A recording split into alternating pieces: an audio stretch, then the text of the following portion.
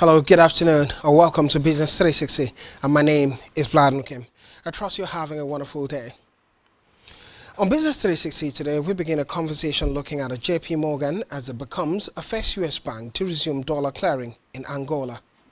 A JPMorgan Chase and Corporation is returning to Angola's financial system, becoming the first U.S. bank to resume dollar clearing services in the country after years of compliance concerns. This move symbolizes Angola's progression toward better integration into the global financial markets. Standard Bank Angola received approval to establish a correspondent account with JPMorgan for US dollar and euro transaction.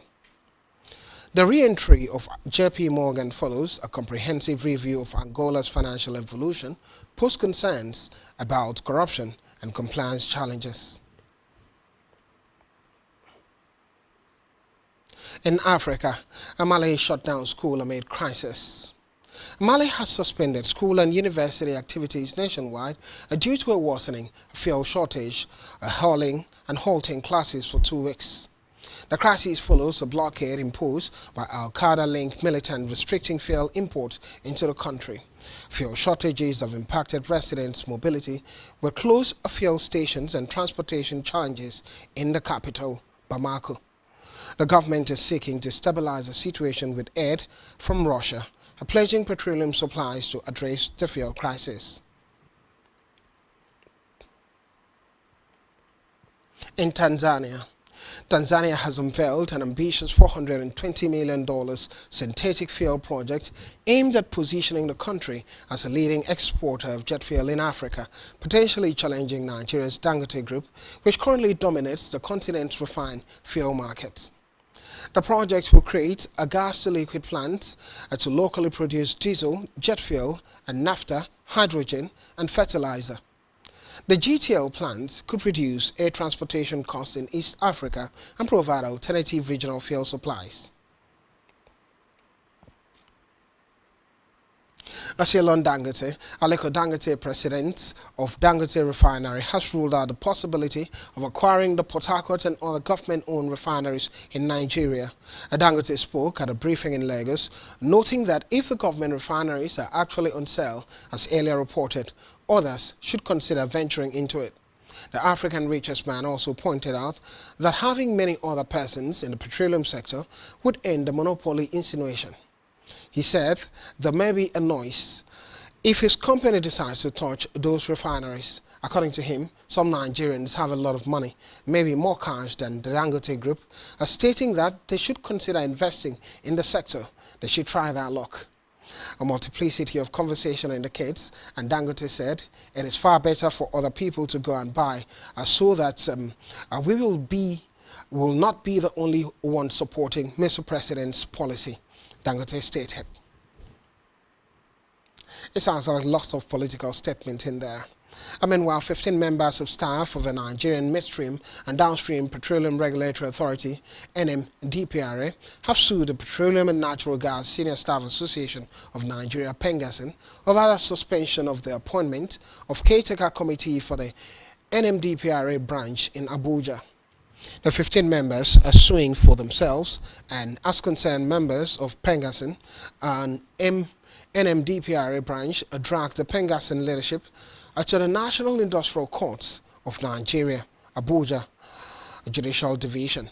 The legal battle added new dimensions to the crisis in the branch of PENGASN, which culminated in the suspension of over 23 members by the PENGASN leadership. This is the latest in the series of controversy between PENGASN and some of its branches. The association is also having a running battle with the branches in Shell, Chevron, and Nigerian Content Development, as well as a monitoring board. Still in Nigeria, while looking at a multiplicity of conversation in Nigeria, first I will go on a quick break, and when we're back, the conversation will continue looking at the state of Nigeria and especially looking at the price of rice in the country. Don't go anywhere.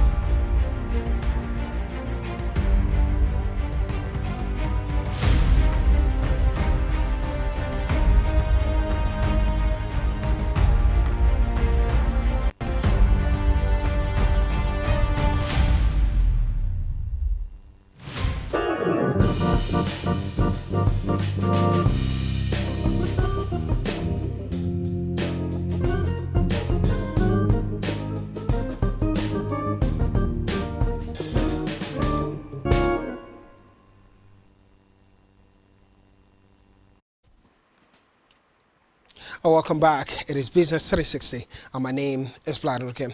And now we're moving to the conversation from a Nigeria's point of view, which is an interesting conversation as traders lament as rice price drops in Lagos market. Traders are lamenting over the drop in the price of rice in major markets in Lagos State. According to the news agency of Nigeria, NAN, the price of 50 kilograms of rice decreased considerably to between 55,000 naira and 75,000 naira, down from 85,000 naira sold earlier this year. The report showed that this represents a 35% price decrease. Nigerians have lauded the development, noting that it would bring a respite to many families. However, rice traders have decried the sharp drop, which they say may lead to the closure of small-scale businesses, claiming that they are selling at a loss just to stay in business. Small traders may not survive this. Analysts have linked the rice price drop to the opening of the land borders and the import waiver policy on staple foods.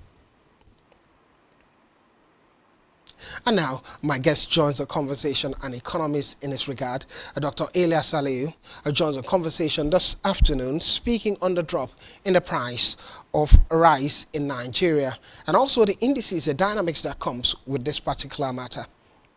Dr. Elias Aliyu, welcome to the show. Thank you. Good afternoon, Nigeria. Dr. Elias, it's been a while having you be part of the show, but it's an interesting conversation from different angles. It comes with diverse perspective. The first perspective is that the price of rice in the country seems to be going down within a range of 55,000 naira and 75 thereabout thousand naira, and moving from what it was previously at 85,000 naira. Many Nigerians are excited about it, and the postulation around this is a possibility that a federal government policies in recent times lifting the closure of the borders for staple food and the tariff that comes with staple food. So the prices are coming down. Nigerians are happy. But on the other hand, the traders are not happy. They're saying the price is so sudden, it could cause closure of that business. Let me start from your end, maybe from a Nigerian point of view, looking at the price of rice. Are you happy that it's coming down, or you're thinking like the traders are thinking? Right. So I think as an economist, we want the price of the commodity to be relatively cheap as expected. That's our expectation. So we are happy that things are actually coming down. We only hope that it will not be counterproductive to Nigerian populace and to businesses. That's fair. But and beyond that also, you must not look at present. You must also look at sustainability. How do we sustain this level of price reduction? Those are the concerns that I'm actually having. And now let's talk about the cost of the price drop, the sudden price drop from 85,000 naira to a variety of range of 75,000 to 55,000 naira. Talk to us about the impact of that drop and why it is dropping to that level. Yeah, many analysts have looked at the point and saying that the opening of the border for staple food, and also we're talking about certain tariff that could have come from imported commodities. In recent times, we've always talked about it, and before the border was closed, the idea was to encourage local production. And now we're talking about opening it up, and products are coming in and prices are coming in, are going down, and the state of local production was the situation. What do you make of all of this? Right. So basically, let me take it from President Muhammad Buhari and Koboro. I think the day we have achieved in that period, like that's from Akinwumi and Bode up to President Buhari government. You recall that we are trying to be self-sufficient. And self-sufficiency simply means that we are going to be producing what we are actually eating, or growing what we are actually eating. But if you look at the scenario now, I think that has changed. It changed in the sense that we have said that by now we should have internal self-sufficiency, whereby we can produce enough of what we have. You recall that during that period, we also stopped importing rice from Thailand. Yeah. In fact, Thailand has to go into recession because we used to buy like 80% of their rice and what have you. So you think that is why Thailand went to recession? Yes, that's part of it. You can fact check me. That's part of their problem.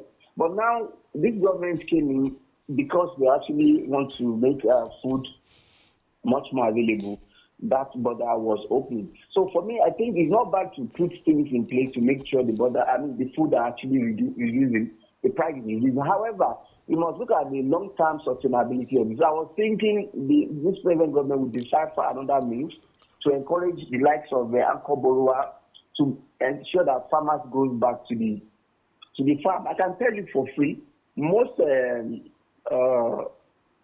paddy rice people that most factories actually work in rice milling, most of them are closing shop simply because they are not breaking even because of the import of what they actually produce. So in as much I will appreciate the two so that we can balance, but we must also make sure that those people that are doing farming inside have that confidence, and government can actually buy from them and making sure that things are getting better, because it is discouraging for you to see that most of them cannot survive in the business. And like the marketer are actually talking about it, it's also affecting them. But for me, because I recall during Muhammad Buhari, I actually measure it even through people that went to Hajj. Most farmers that are from that area have more money in their hands because they sell what they are producing. But now it's a different thing. So for me, I think government should be conscious of sustainability. Let us not go back to that era whereby everything is being imported.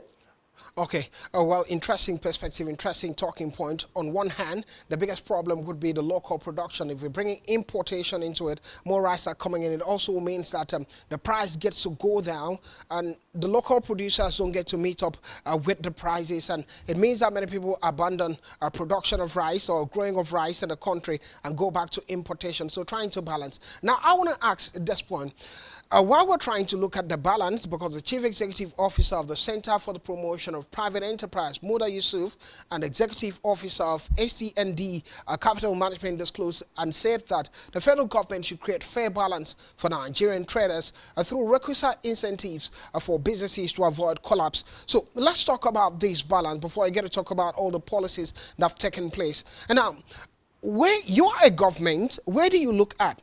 Because if imports comes in for rice in particular and staple food, it means we're going to have more food in the country. And the prices are going to go down. Inflation at the end of it also reflectively might go down. Currently, the inflation in the country is quite high, food inflation also being a part of it. And on the other hand, how do you balance that with farmers producing rice and being able to meet up? Because it's so obvious that if import comes in, local production would meet up with the prices.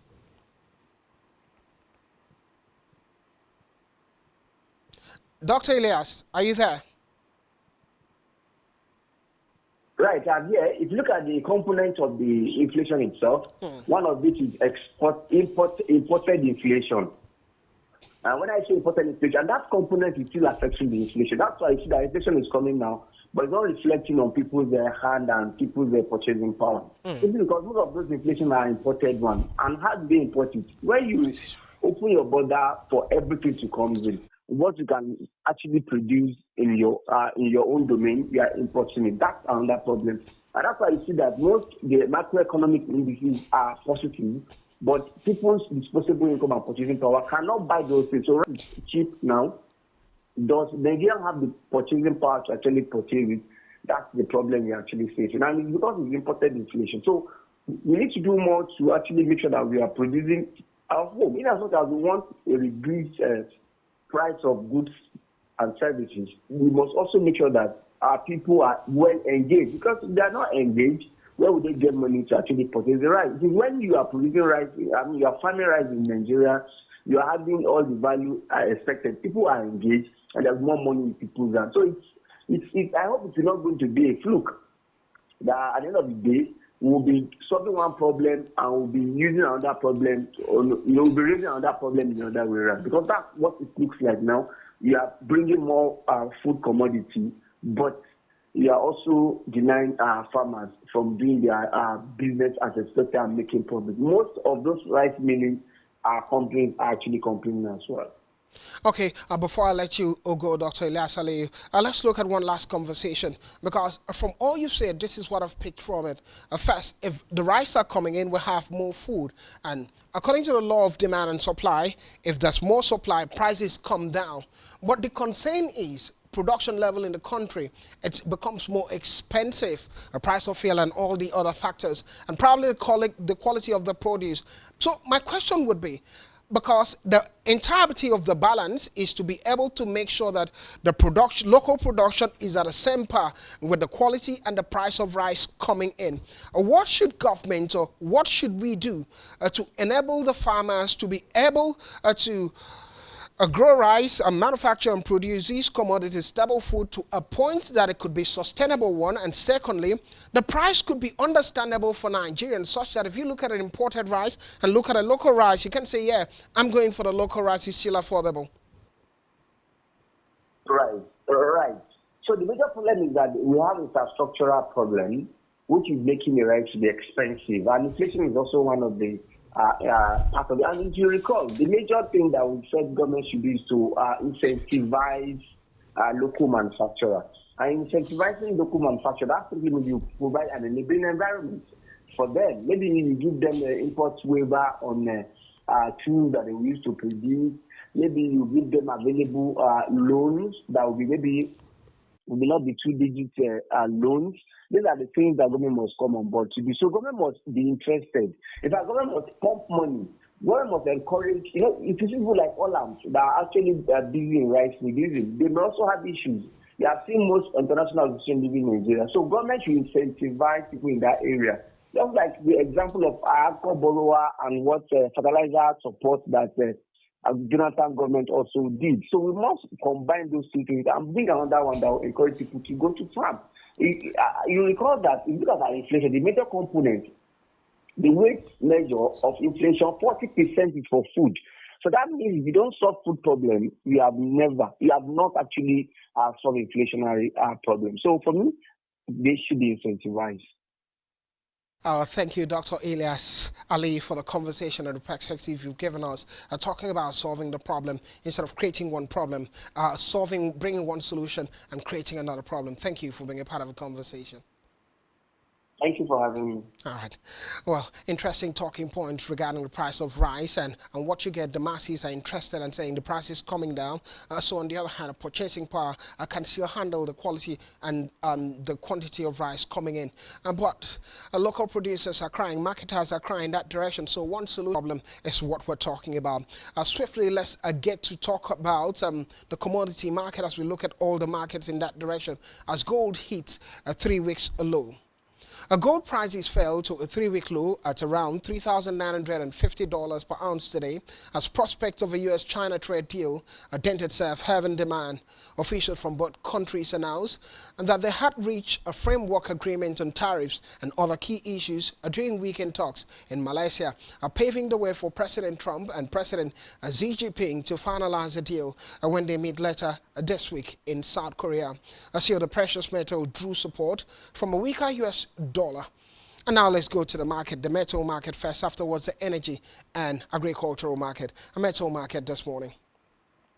Metal prices will start with the price of gold at $3,918 per ounce, falling by 63 points, negative 1.6%, and silver price at $46 per ounce, dropping 0.67 point this morning, negative 1.4 this afternoon, negative 1.44%. While copper price downward. Most of the metals are downward, but the price of lithium upward this afternoon at 78,500 Chinese yuan per ton, upward by 1,950 points, which is an equivalent of 2.55%. And to other markets, the energy market as oil ticks down on OPEC Plus plan to raise output. The energy market this morning. Energy commodities indicates the price of WTI crude, U.S. crude at 60,484. 360,000, rather not 60,000, 60.434 US dollar per barrel and dropping 0.876 point, a negative 1.43%. Brent, which represents Nigeria's price benchmark at 64 US dollars per barrel and falling a negative 1.55%. Natural gas dropping a whopping negative 3.79%. and gasoline price also are falling. So the bulk of the commodity markets are on the negative. And quickly, let's look at agricultural markets. The price of agricultural commodities, soybeans being a partition. Well, the price of soybeans this morning, soybeans price at 1,076 US dollars per bushel, gaining 9.3 points, a 0.87 percentage appreciation. And we're talking about wheat price at 530 US dollar per bushel, and the price looking at a gain of 4.54 points, a 0.86 percentage appreciation, lumber downward. A palm oil price falling by 57 points, the price standing at 4,315 Malaysian ringgit per ton. And now to the FX market, the financial market, as we set to close, as Japanese yen rise by 0.64%. A top currency gain, Japanese yen 0.64%, and New Zealand dollar also gaining 0.31%, and the Swiss franc 0.28 percentage gain, and British pound 0.24 percentage gain. The euro also gaining 0.18%. Well, the biggest losers in the afternoon market are South Korean won dropping a negative 0.39%, as well as the dollar index dropping 0.24%. Quickly to the market, the Euro USD market first, afterwards the US dollar against the Naira, and the cryptocurrency market. The Euro USD market. A Euro USD market price level stands at 1.165 points mark. The Euro gaining just slightly 0.12% over the dollar, and the pound are falling against the dollar at 0.15% at 1.33 point mark, 1.33 US dollar equaling 1 pound. The Aussie are gaining slightly over the US dollar instead of mixed fortune, and the US dollar getting the better of the Japanese yen, a 151 yen equaling 1 US dollar. Let's look at the state of the Naira then. The US dollar against the Naira. The US dollar against the Naira price level stands at 1,457 Naira at 63 kobo to 1 US dollar. The dollar falling by a negative 0.735 point against the Naira, and the Euro also are gaining, on the other hand, 0.77 points over the Naira at 1,698 Naira equaling 1 euro. The pound at 1,940 Naira to 1 pound, the pound falling a negative 4.17 point, a negative 0.21 percentage point. Quickly to the digital currency, talking about a cryptocurrency market as we close. A crypto market this morning, a Bitcoin price stands at 114,493 US dollars, a Bitcoin gaining 388 points, 0.4%, Ether falling by 4 points, and Binance, Cardano also dropping, a Solana gaining 1.4 points at 200 US dollar for one Solana. And finally, the African stock market. African stock market indicates the Nigerian stock price at 155,501 index level. The NSE stock market gaining 5 points this morning. No significant change in the market. South African stocks are also gaining. SA All and SA 40 gaining 0.8% and 0.91% in the morning market or afternoon market in that regard. Egypt's EGX 30. The price level standing at 38,258 index points, upward by 96 basis points, 0.25 percentage appreciation. Well, it's the bulk of a conversation we have when it has to do with the world of business. And here we draw the curtain in today's edition of Business 360. Thank you for being a part of it, and thank you for watching. My name is Blyden Okem.